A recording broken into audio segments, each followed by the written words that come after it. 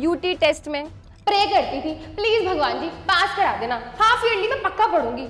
Half yearly आने पे same problem ये नहीं है कि तुम पढ़ते नहीं हो, प्रॉब्लम ये है कि तुम जो पढ़ते हो उसका तरीका सही नहीं है। डेली 2-2 घंटे सेल्फ स्टडी करेंगे और लेकर आएंगे 90% और बन जाएंगे क्लास टॉपर। प्रॉब्लम ये है कि तुम चीजों को रटते हो और एग्जाम के टाइम पे वो सब चीजें तुम्हारे दिमाग में टिकती ही नहीं है। क्लास 8 में अब हमको बहुत सारी नई चीजें पढ़नी है, बहुत सारी नई चीजें सीखनी है। क्लास 7 से क्लास 8 में आ गए हो और वो वाले प्रॉमिसेस तो जरूर कर लिए होंगे। कौन से वाले?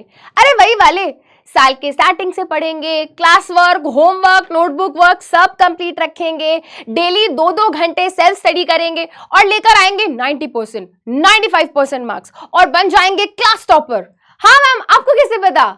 आप भी? यस, मैं भी बिल्कुल तुम्हारी ही जैसी थी। हर साल इस तरीके के प्रॉमिसेस करती थी, खुद को बनाती थी बेटा टाइम टेबल और रूटीन और उसको फॉलो भी करती थी, बट एक टाइम के बाद कुछ भी फॉलो नहीं हो पाता था और स्टडीज हो जाती थी ऑफ ट्रैक।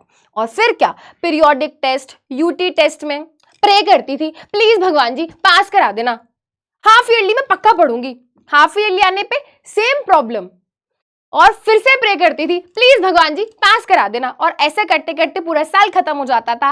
फाइनल एग्जामिनेशन आ जाते थे और फिर होता क्या था, आखिरी में इतना ज्यादा प्रेशर बिल्डअप हो जाता था, चीजों को रटना पड़ता था, कंसेप्ट क्लियर नहीं हो पाते थे और कहीं ना कहीं एक डिससैटिस्फैक्शन आ जाती थी। तो समझे, ये प्रॉब्लम तुम्हारी भी है। प्रॉब्लम ये नहीं है कि तुम पढ़ते नहीं हो, प्रॉब्लम ये है कि तुम जो पढ़ते हो उसका तरीका सही नहीं है। प्रॉब्लम ये है कि तुम चीजों को रटते हो और एग्जाम के टाइम पे वो सब चीजें तुम्हारे दिमाग में टिकती ही नहीं है।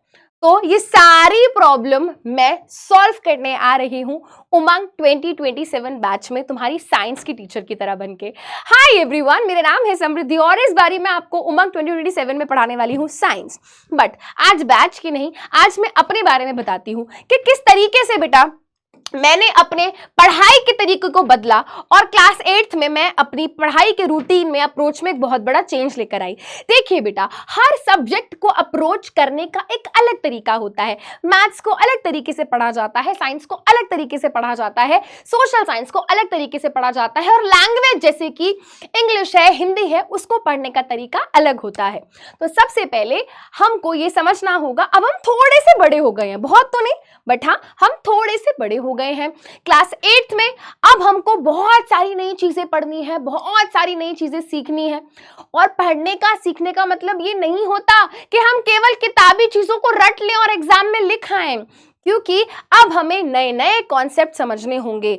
अब हम कॉन्सेप्ट को फील लेकर क्या करेंगे, पढ़ेंगे, समझेंगे।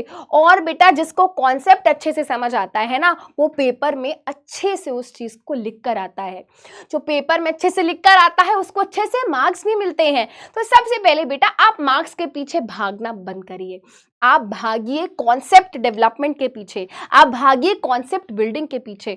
और ये हम अचीव कैसे करेंगे? सबसे पहले बेटा हम फर्क देखते हैं एक एवरेज और एक टॉपर स्टूडेंट में। एवरेज स्टूडेंट क्या करते हैं? एवरेज स्टूडेंट किताब खोलते हैं, जो मेन पॉइंटर्स या मेन टर्म्स देखते हैं वो उनको अंडरलाइन कर लेते हैं और उसको रटते भी हैं। हाँ, ऐसी बात नहीं है, याद भी करते हैं, रटते भी हैं। और फिर होता क्या है, एक पॉइंट के बाद सब वैनिश आउट हो जाता है, हम सब भूल जाते हैं। आधी अधूरी बातें हमको एग्जाम में याद आती हैं, आधा अधूरा हम लिख कर आते हैं और आधे अधूरे मार्क्स मिलते हैं।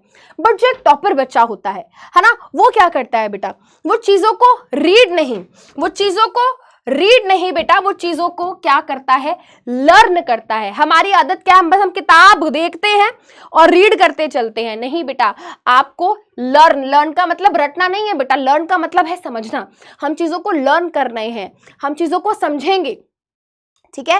ओके, उसके बाद जब हम चीजों को पढ़ेंगे, समझेंगे, तो उसके बाद हम टेस्ट करेंगे खुद को।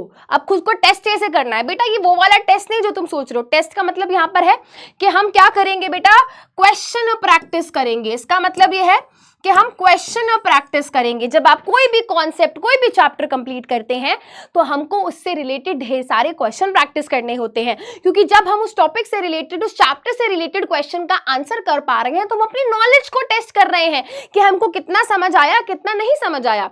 और जब हम क्वेश्चन को आंसर कर पा आते हैं, जैसे कि फॉर एग्जाम्पल आपने चैप्टर के 10 क्वेश्चंस करना स्टार्ट किया, अगर आप उन 10 में से 7-8 क्वेश्चंस कर पा रहे हो, दैट मीन्स आपने कहीं ना कहीं कॉन्सेप्ट को सीख लिया है।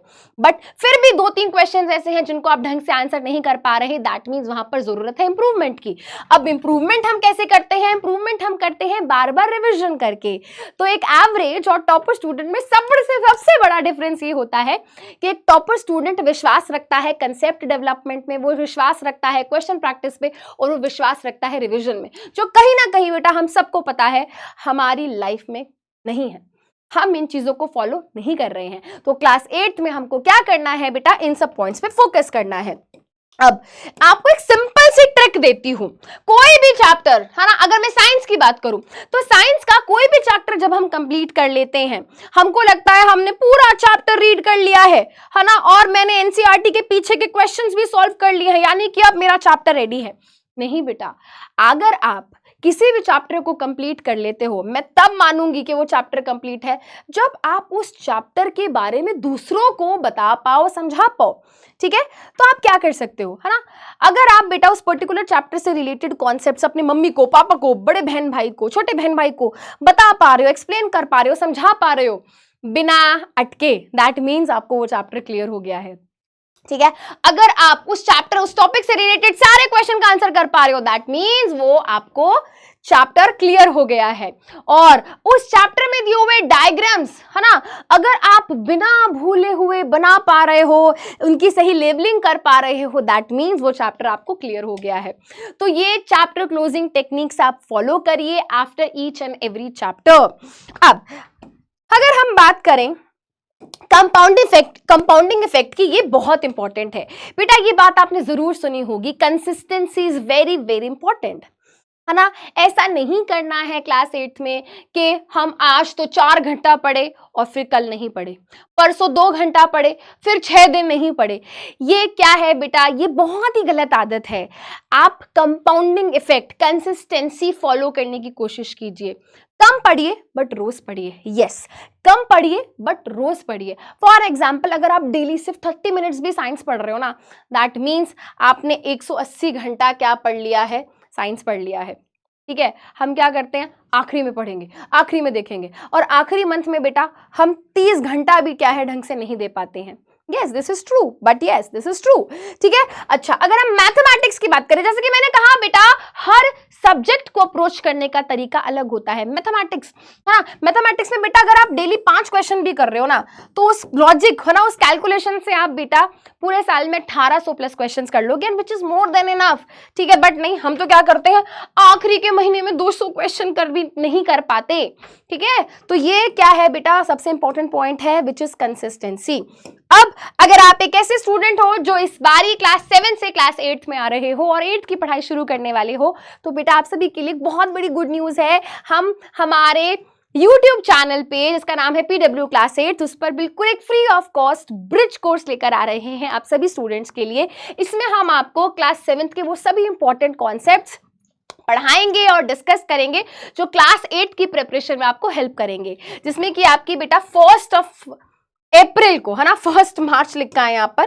ठीक है, 1 अप्रैल को क्या होगी बेटा? क्लास होगी मैथ्स की। 2 अप्रैल को बेटा आपकी क्लास होगी साइंस की, एंड 3 अप्रैल को बेटा क्लास होगी आपकी सोशल साइंस की। ठीक है, तो ये छोटे छोटे पॉइंट्स हैं बेटा जो आपको याद रखने हैं। टॉपर बनना मुश्किल नहीं है, जस्ट हमें सही अप्रोच को, सही सिस्टम को फॉलो करना है। मिलते हैं क्लास में, बाय बाय।